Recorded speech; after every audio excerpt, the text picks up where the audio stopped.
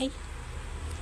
Good morning, good afternoon everyone, good evening Luzon, Visayas, and Mindanao.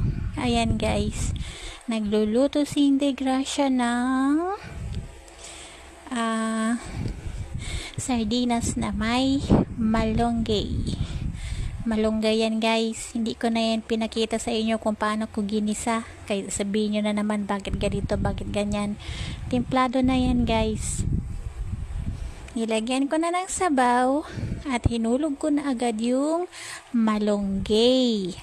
Malunggay yan guys na gulay para maiba naman. At nagpakulo pala ako ng Starbucks na barako na coffee kasi namimiss ko yun, barako na kape.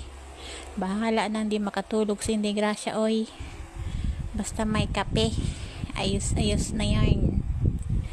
Ayan, panoorin nyo na lang paano lutuin yung ginisang malunggay na yarn. Ayan, hinalukay ubi ko na lang yan.